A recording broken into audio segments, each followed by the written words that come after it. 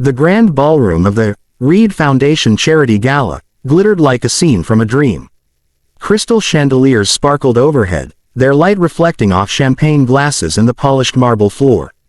A live string quartet played softly near the stage, blending with the murmurs of laughter and polite conversation. Everyone in that room, from politicians to movie stars, was there to impress one man, Alexander Reed, the billionaire tech magnate whose innovations had changed industries and whose fortune could buy small countries. Mia Parker adjusted the cuff of her white serving shirt, balancing a silver tray of champagne flutes with a practiced hand. She was new at this job, a last-minute replacement. Her coworker had called in sick, and Mia had begged the manager to let her take the shift. She needed the money desperately. Her rent was already 2 weeks late, and her younger brother, Liam, had broken his hearing aids again. He was only 11 and had been deaf since birth. Each replacement pair cost more than Mia could easily afford, but she never complained. She'd learned sign language years ago just so he'd never feel left out, and she'd promised herself that no matter how hard life got, he would always feel understood. So here she was, in a borrowed uniform, surrounded by people worth more than she could ever imagine. She smiled politely as she weaved through the crowd, careful not to spill a drop of champagne. Every so often, she caught bits of conversation, stocks, mergers, art auctions, words that didn't belong in her world. She reminded herself, just get through the night, earn the pay, and go home. But then she saw him. A young boy sat alone at the edge of the ballroom. He couldn't have been more than 8 or 9. His tiny tuxedo looked like it had been tailored with precision, but it didn't seem to comfort him. He sat with perfect posture yet seemed withdrawn, detached from the whirl of laughter and music. Mia paused. There was something heartbreakingly quiet about him, not just in body, but in spirit. She noticed how people reacted around him. Some guests gave him polite nods, others avoided his gaze entirely, as if unsure what to say. No one approached him. No one talked to him. Then she noticed his hands. They were moving. Small, hesitant gestures in the air. Familiar ones. Her breath caught. He was signing, but no one was answering. Mia's chest tightened. She looked around. Surely someone in that room knew what he was trying to say. But the guests were busy sipping champagne, exchanging business cards, posing for photos. The boy's lips moved soundlessly, and his eyes darted across the crowd, searching for someone, anyone, to notice him. Her heart ached. She knew that look, the desperate loneliness of being unheard.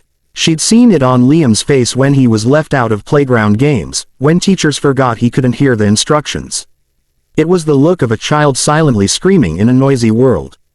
Her tray felt heavier. The rulebook for servers at high-end events was clear. No personal interaction, no distractions, no breaking character. But rules be damned. She took a deep breath, glanced around to make sure her supervisor wasn't watching, and set her tray on a nearby table. Then she walked toward him. The boy noticed her approach but didn't react. He just stared up, cautious, expectant, the way someone does when they're used to being disappointed. Mia crouched beside him so she was at eye level. She smiled gently, then raised her hands and signed, "Hello." For a moment, the boy froze. His brown eyes widened in shock, his lips parting slightly. It was as if he couldn't believe what he had just seen. Then, his face broke into a grin so bright it seemed to light up the room. He signed back eagerly, "Hi. You know how to talk." Mia laughed softly and nodded. "Yes," she signed, "I do. What's your name?" His hands moved quickly, "Ethan." She signed back, "Nice to meet you, Ethan. I'm Mia." From that moment, the boy came alive. The stiffness vanished from his posture, replaced by pure energy. He told her, through rapid signs, that he liked drawing robots, that his favorite color was blue, and that he had a dog named Rusty who snored louder than his dad's car engine. Mia laughed, matching his pace easily, responding in kind. Around them, the grand gala blurred. The chandeliers, the laughter, the music, none of it mattered. All she could see was a boy who had been invisible minutes ago, now shining with joy because someone had finally heard him. As they talked, she learned that he had recently moved back to the city with his father, who was, according to Ethan, always working, always busy. He said it without anger, just quiet resignation, the kind of sadness children wear without knowing its weight. When Ethan gestured toward the stage, Mia followed his gaze, and her breath caught. Standing there, surrounded by admirers, was Alexander Reed himself. The billionaire smiled and shook hands with ease, but Mia noticed the flicker of tension in his expression. Each time he glanced toward his son, something hard passed behind his eyes, guilt, maybe, or distance. Mia turned back to Ethan, whose small face had gone somber. He was watching his father too, signing slowly, "He doesn't understand me much." Mia hesitated, then signed, "Maybe he wants to, but doesn't know how." The boy shrugged, fiddling with his napkin. "He used to try," he signed. "But then he stopped. Everyone else did too." Mia swallowed. She wanted to tell him that wasn't his fault, that adults often fail to see what matters most.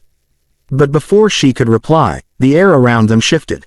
A shadow fell over the table. Mia turned, and froze. Alexander Reed stood there, tall, imposing, dressed in an immaculate black suit. His sharp blue eyes darted from her to his son, his expression unreadable. Conversations in the background continued, but it felt like the room had gone silent. For a long moment, no one moved. Then he spoke, his tone low and measured. "What did you just say to my son?" Mia's pulse raced. Her mouth went dry. I was just..." But before she could finish, Ethan jumped in, tugging his father's sleeve excitedly, signing fast, "She talks like me. She understands me." Alexander blinked. He looked at his son's animated hands, then back at Mia, as if seeing her for the first time. His face softened slightly, but his voice remained careful. "You know sign language?" Mia nodded nervously. "Yes, sir. My brother is deaf. I didn't mean to overstep. He looked alone. For the first time, Alexander didn't seem like the powerful CEO from the magazines. He looked human. His gaze lingered on his son, who was now smiling wider than he had in months. Something in the billionaire's expression cracked, just a little. "Thank you," he said quietly, before turning and walking away, hand resting on his son's shoulder. Mia stood there, her heart pounding, unsure if she had just made a difference, or a mistake that would cost her everything. But as she turned to leave, Ethan glanced back over his shoulder and signed one more word, a word that made her forget her fear completely. "Friend." And for the first time that night, Mia smiled, really smiled, knowing that in a room full of noise, she had found the most powerful sound of all, silence that understood. The next morning, Mia woke to a call she never expected. She blinked at the phone screen, half asleep, squinting at the name, Reed Enterprises, Office of Alexander Reed. For a second, she thought it had to be a prank. Then she remembered the look on the billionaire's face last night, that rare mix of surprise, curiosity, and something softer she couldn't quite define. She hesitated, then answered. "Hello." A woman's crisp voice spoke. "Miss Mia Parker. Mr. Reed would like to meet with you this morning, if you're available." Mia's heart skipped. Meet. About what?" "He'll explain in person. A car will pick you up at 9. Before she could object, the call ended. At precisely 9 o'clock, a sleek black car stopped outside her small apartment building. Mia smoothed her plain blouse and tried not to panic. She wasn't dressed for luxury, but she had no time to change. The car glided through the city and into an exclusive neighborhood lined with tall iron gates and trimmed gardens. Finally, they stopped before a sprawling glass mansion perched high on the hill. The driver opened her door silently. "Mr. Reed is expecting you." Mia stepped inside, her heart hammering. Everything gleamed. Marble floors, high ceilings, minimalist furniture, and the faint scent of expensive cologne. It felt like stepping into another world. Then she saw him. Alexander Reed stood by a wall of windows, hands in his pockets, his gaze fixed on the horizon. He turned as she entered, his sharp eyes softening just slightly. "Miss Parker," he greeted.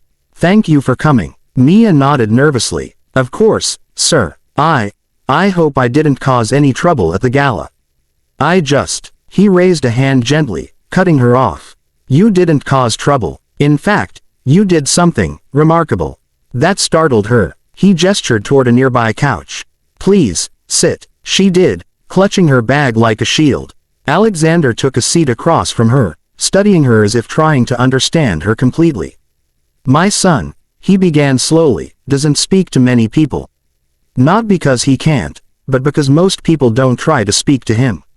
You did. You didn't hesitate. Mia smiled faintly. I saw him trying. He just needed someone to answer.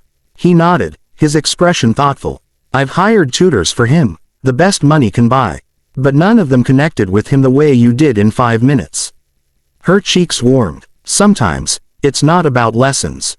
It's about listening. For a long moment, silence filled the room, the kind of silence that wasn't empty but full of meaning. Then Alexander spoke again, quietly but firmly. I'd like to hire you, Miss Parker. To teach Ethan. Mia blinked. Teach him. Yes. Sign language. Communication. Confidence. Whatever it is you did that made him smile like that. Her mouth opened, but words stumbled out awkwardly. Sir, I'm not a professional teacher. I just learned sign language for my brother. Alexander's lips curved into a faint smile. Then maybe that's exactly why I want you. You speak from experience, not from a textbook. Mia hesitated. I'd have to think about it. I work nights at the restaurant, and... He interrupted gently. I'll pay you more than that job ever could. Full-time. Flexible hours. Her heart thudded. She could pay rent, fix Liam's hearing aids, maybe even save some money for the first time.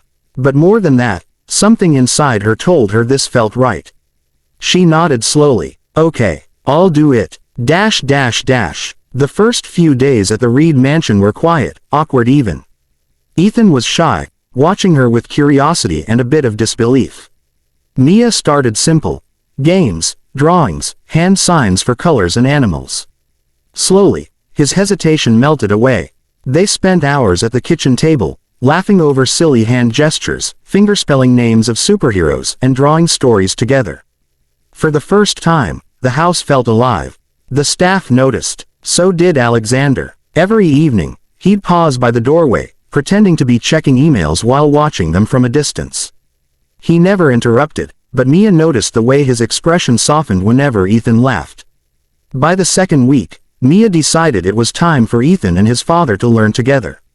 One afternoon, she approached Alexander in his office. Sir, I think Ethan's ready for something new. He looked up from his laptop. Oh, yes, but it involves you. His eyebrows rose slightly. Mia smiled. He wants you to learn to talk like him. For a long moment, Alexander didn't move. Then he leaned back in his chair, his usually confident expression faltering just a little. I don't know if I can, he admitted quietly. I tried once. After his mother died. It was difficult. Mia's tone softened. Then start again. For him. Something shifted in his gaze. A crack in the armor. He nodded slowly. All right. Teach me. That evening, Ethan sat across from his father, grinning ear to ear. Mia guided Alexander's hands gently, showing him how to form the signs. His movements were stiff at first, his fingers fumbling. But he tried. Really tried. Say this, Mia encouraged, signing slowly. I'm proud of you. Alexander mirrored the motions carefully, his eyes fixed on Ethan's. When he finished, Ethan froze, and then his eyes filled with tears. He jumped from his chair and wrapped his arms around his father's neck. Alexander hugged him back tightly, his jaw trembling. I'm proud of you, son, he whispered aloud, even though Ethan couldn't hear it. But he could see it. The words formed on his father's lips, the shape of love in his hands. Mia turned away quietly, giving them privacy, tears pricking her own eyes. Days turned into weeks. The house that once echoed with silence now hummed with warmth. Ethan flourished. Confident, expressive, endlessly curious. Alexander changed too. He smiled more, worked less. Sometimes Mia would find him kneeling beside Ethan's desk, helping him with homework or learning new signs from flashcards. It wasn't just a lesson in communication, it was the rebuilding of a bond long lost. One evening, after a long day of lessons, Mia packed up her things. As she headed toward the door, Alexander stopped her. Mia, he said softly, I wanted to thank you. For everything you've done. You've given Ethan something I thought I'd lost, his joy. Mia smiled, touched. He just needed someone to understand him.